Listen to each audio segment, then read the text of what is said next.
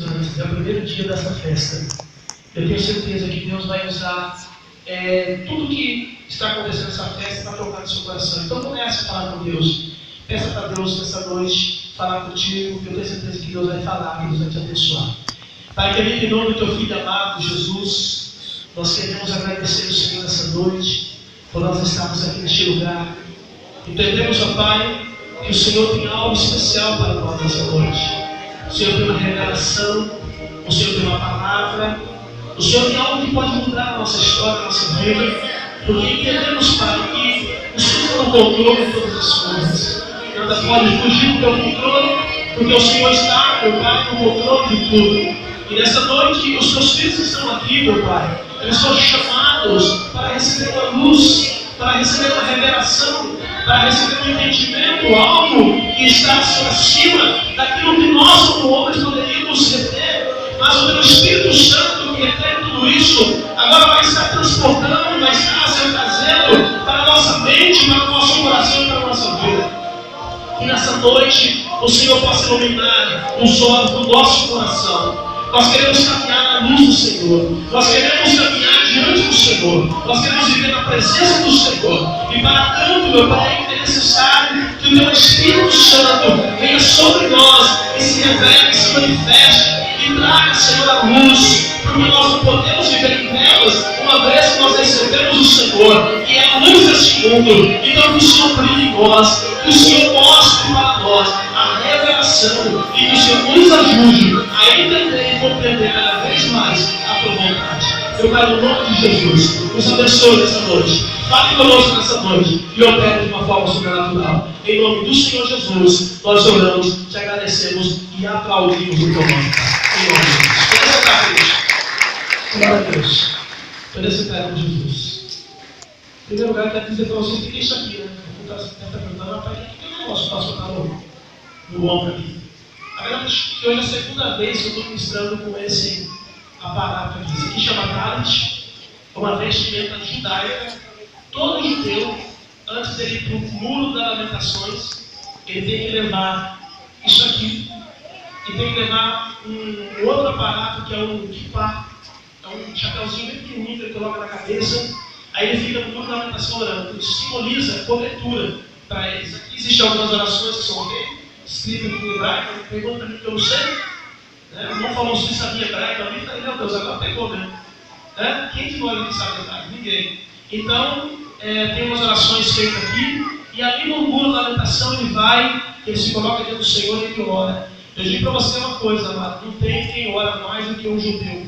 Ele fica ali 24 horas naquele muro da lamentação, revezando entre eles e orando o dia inteiro, orando pelo mundo, orando até por nós, porque alguns de nós temos os nossos nomes escritos em alguns papeizinhos que são colocados lá naquele muro, lá em Jerusalém. Eu lembro que o apóstolo Sócio, na porta de cobertura, esses atletas estavam lá em Jerusalém orando, e ele disse assim: pessoal, eu estou aqui no muro da lamentação. Quem de vocês tem que pôr o seu nome aqui no muro? Coloca lá embaixo no WhatsApp, aí nós colocamos os nomes, e com certeza ele colocou lá, escreveu o nome, colocou no muro da lamentação lá em Jerusalém. Amém, Jesus? Então isso aqui para o judeu é muito importante, para o judeu, muito importante. O judeu não sai da oração sem isso aqui. Tem um símbolo para ele, cobertura espiritual. Amém? E como nós estamos fazendo uma festa hoje chamada Hanukkah, eu quis vestir assim, para que fique um pouco mais caracterizado na visão judaica. Ok? É claro que se não tivesse isso aqui, não ia mudar nada. Mas é que vocês entendam que nós estamos resgatando a visão de Jerusalém. A igreja precisa caminhar na visão de Jerusalém. A igreja tem que caminhar na visão de Roma. Mas a igreja precisa voltar aos princípios. E o princípio é Jerusalém. Eu estava conversando com o pastor Alex ali embaixo. Nós conhecemos Israel, conhecemos o povo judeu. Mas antes de Israel nascer, antes do judeu ser judeu, Deus havia escolhido Jerusalém. Ele disse assim: olha, escolhi Jerusalém, coloquei no meio dos povos da nação da terra, para colocar nela o meu nome. Deus escolheu Jerusalém para ser a cidade do nome dele. Se você conhecer uma outra cidade da terra que tem o nome de um Deus, pode ter certeza, você não vai conhecer vamos dizer assim, uma sede a não ser Jerusalém. Jerusalém é a capital de Deus, é a capital da manifestação de Deus. Enquanto que Roma é a capital da administração humana, das religiões humanas, né? E outras capitais seu Deus, mas Jerusalém foi a cidade que Deus escolheu para colocar o meu nome dela. E é por isso que nós vamos resgatar essa visão de Jerusalém. Vamos retornar a Jerusalém. A festa de Hanukkah, vamos falar um pouco sobre a festa de Hanukkah. Querido, nós estamos aí no dilema. Ontem nós estivemos aí para o Natal. E a gente sabe que o Natal, ele é uma festa que já tem espalhado muito esse conhecimento, que Natal não é o dia que Jesus nasceu. Quem sabe disso? Que Natal, de dia 25 de dezembro, não foi o dia que Jesus nasceu. É provável que ele tenha nascido, acho que em julho, setembro, foi setembro, senhor Alex? Me ajuda aí. Setembro, você que é mais na área de praia, né? É setembro? Agosto, setembro, né? Por quê, querido? Porque os estudos que foram feitos apontam que Jesus não poderia ter nascido em dezembro e ficar numa hospedaria. Porque em dezembro, lá em Jerusalém, é um frio tremendo. Tá? E a hospedaria era um lugar onde. A estrebaria era um lugar onde ficavam os animais. Era um lugar ao relento. Não havia possibilidade alguma de Jesus ter sido colocado ali em dezembro. Então, as pesquisas que foram feitas apontam que Jesus nasceu em setembro ou outubro, que é um período quente em Israel. Mas por que foi passado para o dia 25 de Natal? Porque o Império Romano estatizou a igreja, e depois que ele estatizou a igreja, fez a igreja virar uma igreja do Estado, o que eles fizeram? Eles mudaram o dia 25, que era uma festa pagã romana, para a festa do nascimento de Jesus, uma festa cristã. Na verdade, o que eles fizeram? Eles pegaram uma festa que já tinha, que era dedicada ao paganismo, e colocaram o rótulo apenas de igreja cristã, de festa cristã. E aí foi vindo. Você pode ver, o que é mais importante de Natal para uma pessoa do mundo? É Jesus ou é o Papai Noel? Inclusive, querido, vocês aprendam uma coisa. Esse ano a gente não conseguiu falar. O Hanukkah no ano que vem eu vou colocar ele antes do Natal, até mesmo para te avisar algumas coisas. Uma vez que o Natal é feito propriamente do paganismo, então tudo que vem do Natal ali, naquelas decorações, aponta para o paganismo. Aquela árvore aponta para o paganismo, aquela guirlanda, que é aquela coroa que eles colocam na porta, aponta para o paganismo. Cada um daquilo ali tem um sentido no paganismo. Então, você que é cristão, você pode comemorar o Natal? Pode. Mas evita colocar o teu filho, por exemplo, no colo do Papai Noel. Evita isso. Sabe por quê? Porque o Papai Noel é uma mentira. E se ele é uma mentira, ele não é de Deus. Por isso que ele se tira. Agora, por que existe o Papai Noel? Porque o Papai Noel é um propagandista de venda, de comércio no todo ano. É por isso que ele existe. Algum Papai Noel trouxe algum presente do seu filho? Não, mas ele avisa que vai ter um presente, não fala? Por quê? Porque ele sabe que quem vai comprar vai ser você. Então ele trabalha para o comércio, para que o comércio venda muito. E uma das figuras, já falei aqui, eu estava assistindo um ritual da maçonaria, e entre o ritual da maçonaria existia uma figura muito parecida com o Papai Noel. Um homem branco, um homem gordo, de barba branca, vestido de vermelho, está entendendo? Era o Papai Noel escolhido. Então quem foi que criou o Papai Noel? Além da história, do tal de Santo Claus, daquela história toda, mas além disso, quem deu vida a esse personagem foi os maçons. Por quê? Porque eles querem ganhar dinheiro, eles querem vender. Tá? Então, sai dessa besteira que acredita nisso, que isso não é de Deus. Jesus Cristo não tem nada a ver com essa palhaçada que eles fazem no final do ano, ok? Coloquei até um videozinho no meu Face lá mostrando o verdadeiro sentido do Natal. Agora, você quer comprar um presente para alguém, você quer abraçar alguém, você quer comemorar com alguém, isso não é pecado não, tá? Desejar Feliz Natal você não é pecado, viu? Eu não estou dizendo que é pecado você comemorar o Natal. Eu estou dizendo que você quer pecado você comemorar o Natal pagão. O Natal como eles comemoram, todo mundo comemora. Tá? Agora você comemorar, sabendo que Jesus nasceu, seja no dia 25, seja qualquer vez ele nasceu. Então, a gente tem que comemorar assim, o dia que ele nasceu. Para quê? Para mostrar que realmente ele nasceu. Para mostrar que ele realmente veio ao mundo e morreu por nós. Amém, Jesus? Mas a ideia que o comércio tem apresentado no Natal, essa ideia que você tem que repugnar. Porque essa não é de Deus. E a festa Hanukkah, ela é uma festa feita em dezembro. E essa festa, vou contar agora a origem dessa festa. Por que nós vamos participar dessa festa? Por que nós vamos, a partir de agora, participar dessa festa? E o ano que vem, eu quero ver se consigo encaixar ela antes do Natal. Para quê? Para já ideia da luz antes do Natal. Amém, Jesus? Então vamos lá, um pouquinho da história. Quando a gente lê o livro de Daniel, a gente entende que Deus, ele fala de alguns impérios na Terra. Eu vou interagir com vocês aqui para vocês não ficarem cansativos. Se eu for ler, vocês vão ficar cansativo para vocês. Os irmãos sabem quais são os 4 impérios finais que o livro de Daniel fala? Alguém sabe de algum império? Pode falar aí. Hã?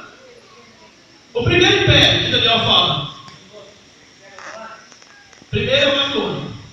Quando o Daniel deu a estátua, ele deu uma estátua, o rei deu uma estátua, e na estátua, a primeira parte da estátua é uma cabeça. E aquela cabeça era a cabeça de ouro. E simbolizava, o próprio Daniel fala, simbolizava o quê? O reino da Babilônia. Então o primeiro reino forte que o mundo teve foi o reino da Babilônia. O segundo reino agora, fala para mim o segundo reino. Alguém sabe o segundo reino? Depois da Babilônia? Na estátua de Daniel falava sobre a cabeça de ouro, aí depois falava sobre essa parte aqui de prata. A gente sabe que o ouro é mais valioso que a prata, sim ou não? Então o império babilônico foi forte. Só que viria um outro mais fraco do que ele. Qual é esse império? O Império Persa. Império Medo-Persa. Medo-Persa. Era uma junção de império. Feito de prata. Depois do Império Persa, nós vamos ver o ventre de ferro, o ventre de prata, bronze. O ventre de bronze. O terceiro império. Alguém lembra do terceiro império? Hã? Não, ainda não. Alexandre, o Império Grego. Amém, Jesus? Todo mundo sabe quando Jesus nasceu, a língua que dominava era o quê? A língua grega. Tanto que o Novo Testamento inteiro foi escrito no grego. Você não vai ver o Novo Testamento escrito em hebraico. Porque a língua que dominava, quando Jesus veio à Terra, a língua que dominava era o grego. O império que dominava era romano. Mas a língua, a cultura, era a cultura grega. Então, o terceiro império era o império grego. Amém, Jesus? É aqui que vai começar a festa da Hanukkah. Quando você lê a Bíblia, você vai ver que Deus, antes de Jesus vir, 400 anos, é chamado o período interbíblico, ou então o período intertestamentário, né? Foi 400 anos de silêncio. Deus não falou, Deus não levantou profeta. 400 anos. E foi nesse período que o Império Grego tomou conta. Foi nesse período que o Império Grego se apoderou, através de Alexandre o Grande. 11 anos aquele homem dominou praticamente o mundo daquela época. Só que o próprio Daniel diz que esse império se dividiria em 4 territórios. E é aqui que começa a história da Hanukkah. Eu estou contando para vocês poderem se situar por que tem essa festa. Na Bíblia, a Bíblia não fala sobre essa festa. Você não vai ver nenhuma palavra na Bíblia falando sobre a festa da Hanukkah. Você vai ver a Bíblia falando sobre a festa da dedicação. É a mesma coisa? É a mesma coisa. Mas a Bíblia frisa apenas o fato de eles terem consagrado o templo ao Senhor. E nós vamos falar sobre mais coisas além disso. Vamos falar o que ocorreu naquele período. Amém, Jesus? Então, o Império Grego, Alexandre o Grande, domina o mundo. Só que ele morre. E quando ele morre, 4 generais começam a dominar. Desses 4 generais que começam a dominar, um desses, chamado Etíoco Epifânio, ou Epífanes, começa a dominar a região onde está Jerusalém. O Império Grego era um império muito tranquilo. Era um império que, quando eles dominavam, eles não destruíam a religião das pessoas. Eles não cerceavam o direito das pessoas de viver. Eles só cobravam tributo. Porém, Etíoco Epifânes quis fazer com que Israel, está entendendo? Servisse ao Deus deles, que era o Deus chamado Zeus. O que Etíoco fez? Ele simplesmente entrou no templo, tirou todos os artefatos do templo, inclusive a Arca da Aliança. Ele limpou o templo, todo o templo, e colocou uma estátua de um Deus chamado Zeus ali dentro. E ele começou a forçar, então, a nação de Israel a adorar esse Deus chamado Zeus. Ele sabia que o povo de Israel era contra o porco, por exemplo. Eles não comiam carne de porco. O judeu considera o porco imundo. E o que ele fez para afrontar Israel? Ele pegou um porco lá no altar do sacrifício, e matou, imolou o porco no altar do sacrifício. Quando eles chegaram, que eles perceberam que todo mundo tinha que adorar essa estátua que eles haviam posto lá dentro, ele se levantou então contra os sacerdotes. E foi aí que os sacerdotes não aceitaram. E levantou uma guerra, chamada a Guerra dos Macabeus. Se você pegar um livro chamado Macabeus, um livro apócrifo, que não está na nossa Bíblia, está na Bíblia da Igreja Católica, está entre os 73 livros da Igreja Católica. Se você pegar o livro de Macabeus, você vai ver essa história. E aí, apenas os sacerdotes começam a guerrear contra esse, olha, entenda bem, um general que está dominando uma região. Ele agora está enfrentando uma guerra com os sacerdotes. Os sacerdotes entraram em guerra e eles venceram. Os sacerdotes venceram a guerra, gente. Você tem noção do que é isso? Sacerdote era aquele homem que só vivia no templo, orando, buscando a Deus, jejuando, fazendo sacrifício, e de repente esses homens vão para a guerra e eles vencem a guerra. Inclusive fala aqui sobre o nome de um que é famoso, que é Matatias, ou da família do o Macabeu, chamado Martelo, que a história fala que ele chamava o Martelo. Ele tinha 5 filhos, e ele então entrou nessa guerra com os 5 filhos, juntamente com os sacerdotes, e eles venceram o general.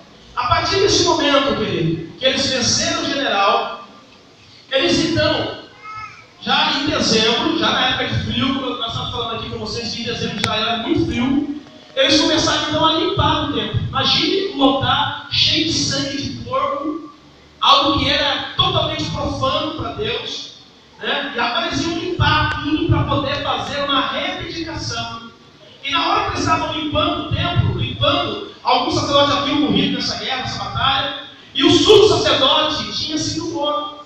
E tinha um óleo que era um óleo especial, era um óleo que era usado para menorá, que era para alimentar. Mas diferente, uma coisa que vocês vão entender aqui, aquilo ali que está embaixo chama menorá, ou candelabro. Amém? No templo, tinha um desses daí que ficava aceso direto. Não podia apagar o fogo do candelabro. E esse candelabro era movido por um azeite especial que Deus havia dado a receita para eles lá através de Moisés. Era proibido fazer este óleo. Quem fizesse esse óleo morreria fora do templo. Só podia ser feito na visão do templo, para a realização do templo, esse azeite. E eles não tinham mais o azeite. E eles queriam então fazer agora a reivindicação do templo, e eles acham então um vidrinho de óleo com o selo do sumo sacerdote. E o que eles pegam?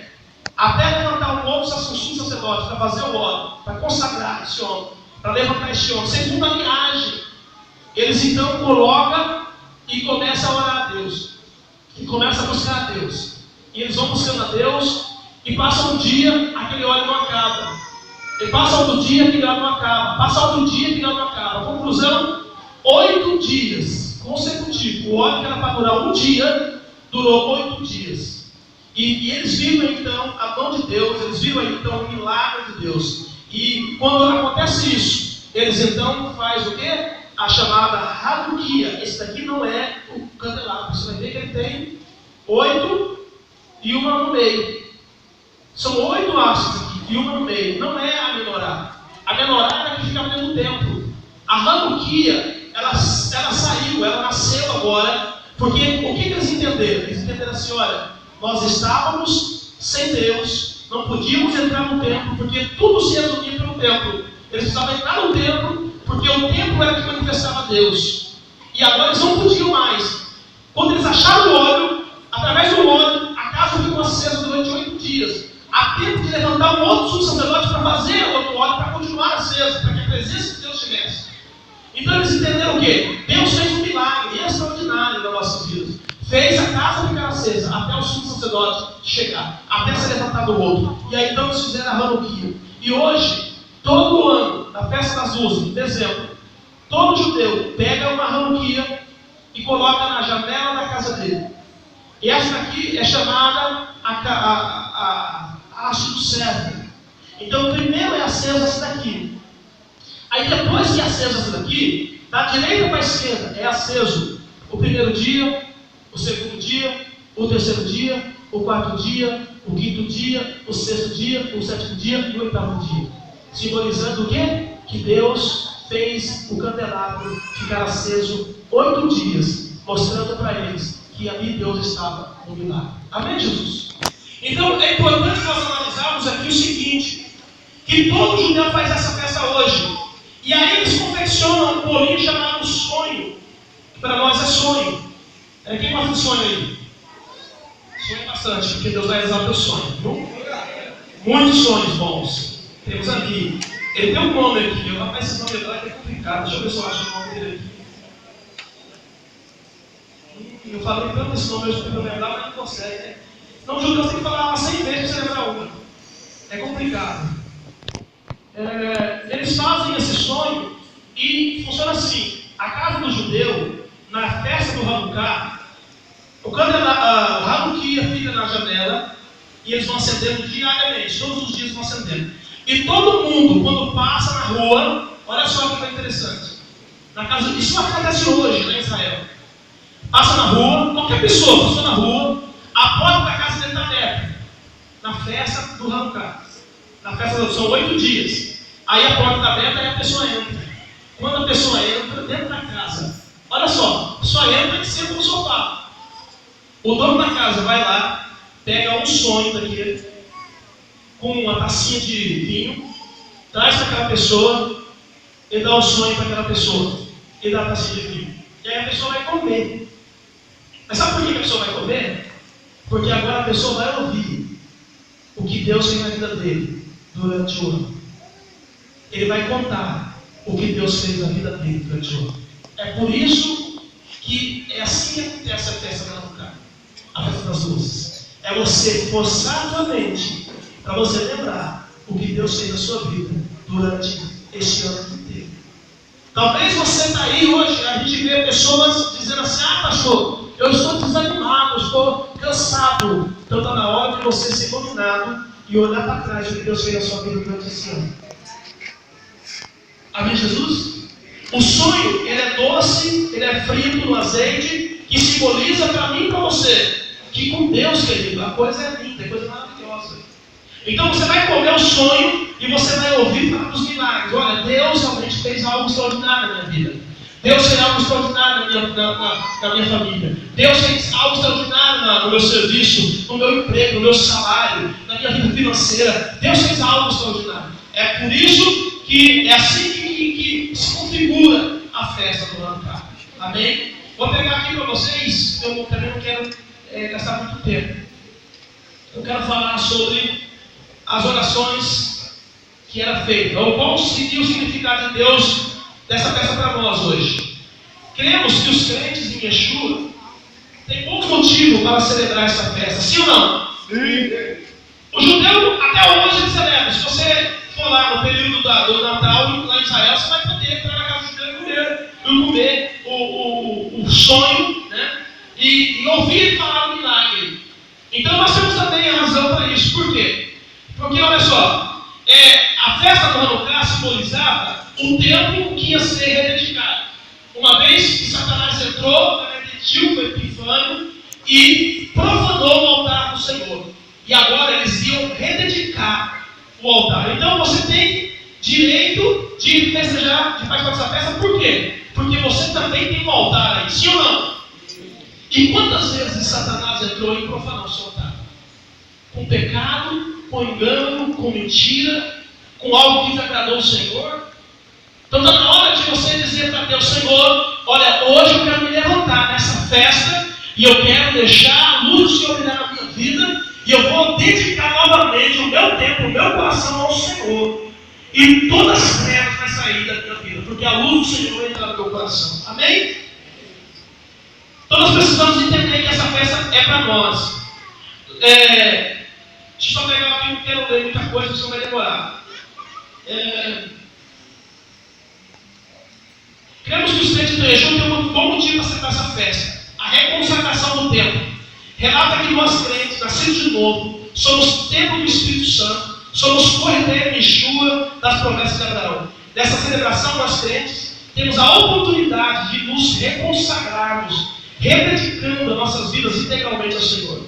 Não que precisamos de um dia específico para uma reconsagração, afinal estamos debaixo da graça de Deus, mas trata-se de uma oportunidade no qual podemos celebrar essa data, alegrarmos-nos coletivamente por termos sido salvos, agradecendo a Deus por esse privilégio, enquanto tantos ainda perecem separados do Deus de Israel. Além do mais, nós somos luz, mas vivemos em um mundo que jaz em trevas e que muitas trevas nos contaminam, exercendo sobre nós todo tipo de influência negativa. Então, nesse dia, sentimos a liberdade de fazer a nossa reconsagração, declarando coletivamente que somos livres de qualquer peso e jugo em Yeshua HaMashiach. Se meditarmos um pouquinho, quantas vezes pecamos, quando comemos, bebemos, ouvimos, vemos o que não deveríamos, tocamos em coisas que não deveríamos tocar, etc. Arrependemos-nos e então consagremos-nos ao Eterno. Deus nos dá a santidade, mas quem decide manter essa santidade somos nós. Então, lembra do livro de Êxodo e Neemias, que na reconstrução do templo, a primeira coisa que se fazia era reconstruir o altar, depois o templo, propriamente dito. Finalmente os muros, e em outras palavras, não se consagra o templo sem antes consagrar o primeiro altar do sacrifício, do arrependimento e da santificação. Isso também se aplica a nós. Primeiro passamos pelo altar do Senhor, nos arrependemos, e depois sim reconsagramos nossa vida, santificando-nos e nos purificando. No livro de Neemias vemos a edificação dos muros da cidade. A ordem da restauração era altar, templo, muro e cidade. Da mesma forma, a ordem para nós é arrependimento, santidade, edificação e maturidade. Representando o local e o estado que vivemos. Mas toda essa dedicação ao Senhor só pode ser feita por meio do Espírito Santo, o óleo que é multiplicado, derramado em nossas vidas, revelando a pessoa de Yeshua HaMashiach. Assim como o azeite colocado na menorá, no candelabro de 7 pontas, ou na Hanukkah, candelabro de 9 pontas, era puro, sem cheiro, sem fumaça. Quando queimado, assim também deve ser nossa vida para o Senhor. Adonai, temos que brilhar, reluzir graciosamente a beleza da natureza de Deus através do seu Filho Yeshua. Amém, Jesus? Então, assim como aquele azeite, ele ficou ali naquela menorá, queimando 8 dias, era para um dia só. Então, esse azeite tem na tua vida hoje, para queimar a tua vida, para fazer a tua vida brilhar. Amém? Assim como nós deixamos o Senhor e fizemos coisas erradas durante todo esse período, esse ano, quantas vezes nós pecamos? Quantas vezes nós aceitamos a profanação? Então agora temos que limpar o templo. E tem que começar pelo altar. Tem que começar pelo altar, para depois ser limpado o templo, para depois ser limpado a cidade, e assim sucessivamente. Então Deus está te dando uma oportunidade hoje de rededicar o seu coração, o seu altar, o seu templo para Ele. E como é que Ele vai fazer isso? Ele vai fazer isso através da tua decisão. Eu queria que você ficasse de pé agora. Glória a Deus. Então, festa da Hanukkah é festa do milagre.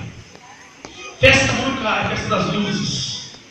Eu queria que apagassem as luzes agora. Eu quero chamar aqui os 12 legitimados agora, só os legitimados. Só os 12 legitimados. A começar pelo pastor Alex. Vem aqui, pastor Alex, que tem comigo. Nós vamos, nesse momento, acender essas luzes. E será para nós.